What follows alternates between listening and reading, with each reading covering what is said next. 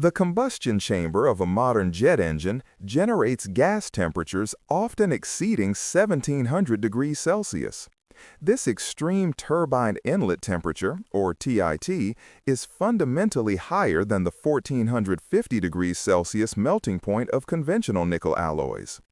Operating above the material's melting point is essential because thermodynamic efficiency, governed by the Brayton cycle, is directly proportional to the temperature ratio across the cycle. Maximizing TIT maximizes thrust and fuel economy. The first-stage turbine blades face the most severe thermal and mechanical stresses. These components must survive immediate catastrophic failure while enduring gas streams that are literally hot enough to melt steel. Specialized materials and complex engineering solutions are mandatory to maintain structural integrity under these operational extremes. High-temperature structural failure in metallic components is primarily governed by two mechanisms: creep and oxidation. Creep is the time-dependent plastic deformation that occurs under constant mechanical stress, even when that stress is below the material's yield strength. Creep accelerates exponentially when the operating temperature exceeds half of the material's absolute melting temperature, known as 0.5 Tm. Oxidation involves the formation of brittle, non-protective oxide scales on the surface, leading to material loss, surface pitting, and stress concentration points. Superalloys must maintain high yield strength and microstructural stability to resist these effects. Turbine blades endure sustained centrifugal loads reaching up to 100,000 Gs, requiring the alloy microstructure to resist phase coarsening and degradation over thousands of operational hours. Nickel-based superalloys are the dominant material choice for the hot sections of gas turbines, deriving their strength from a unique two-phase microstructure. The continuous matrix phase, designated gamma, is a face-centered cubic solid solution primarily composed of nickel, chromium, and cobalt, providing essential ductility. The primary strengthening phase is gamma prime, an ordered L12 intermetallic compound, typically formulated as nickel-free aluminum titanium. Gamma prime precipitates form cuboidal structures that are coherently aligned within the gamma matrix. This coherent interface is critical because it creates a high-energy barrier that effectively impedes the movement of dislocations.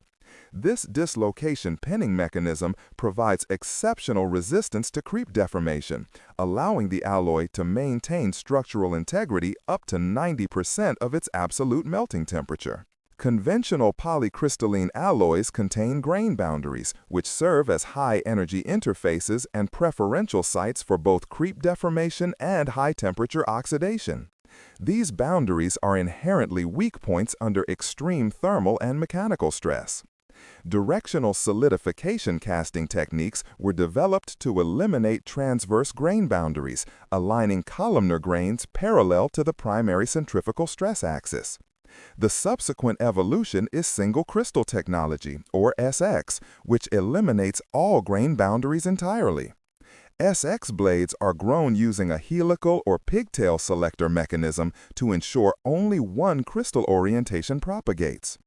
Removing these high-energy interfaces maximizes the alloy's intrinsic creep resistance by preventing vacancy diffusion and grain boundary sliding, which are the primary initiators of failure at elevated temperatures. Superalloys alone cannot survive the peak turbine inlet temperatures. They require sophisticated thermal barrier coatings, or TBCs.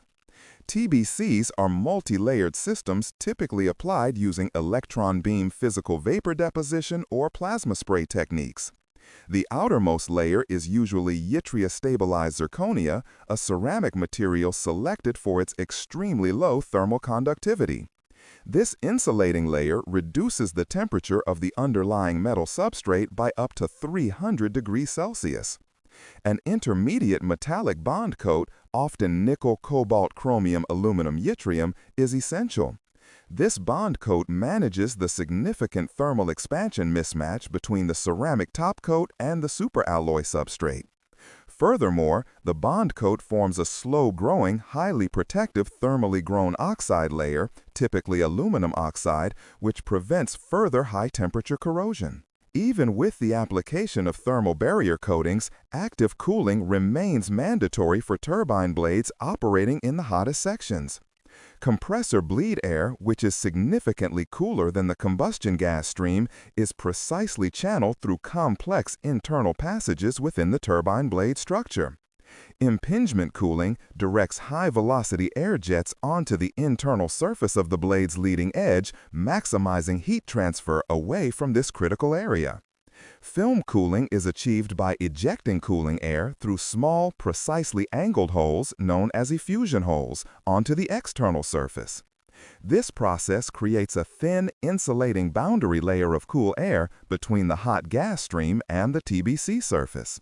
These combined strategies ensure the underlying metal temperature is maintained below 1050 degrees Celsius, preventing rapid creep failure. The engineering capability to withstand higher turbine inlet temperatures directly translates into superior engine performance metrics. Specifically, it increases the engine's thrust-to-weight ratio and significantly improves the specific fuel consumption, or SFC. A temperature increase of just 50 degrees Celsius in the TIT can yield a 10 to 15% increase in available thrust or a 2 to 3% improvement in specific fuel consumption, depending on the overall engine cycle design. Superalloys enable the use of higher pressure ratios within the compressor section, which further boosts the overall thermodynamic cycle efficiency. This continuous advancement in material science is the primary technological driver behind the substantial performance gains observed in modern high-bypass turbofan engines compared to earlier designs. Nickel superalloys are rapidly approaching their theoretical temperature limits, primarily constrained by the melting point of the gamma prime strengthening phase. The next generation of hot section materials is focusing on ceramic matrix composites, or CMCs. CMCs offer significantly lower density than superalloys and maintain structural integrity at temperatures exceeding 1650 degrees Celsius without requiring the extensive active cooling necessary for metals. Although CMCs are inherently brittle and present significant manufacturing challenges, they are already being introduced into lower-stress turbine components. The adoption of CMCs promises further substantial increases in the maximum turbine inlet temperature and delivers crucial reductions in the overall weight of the engine structure.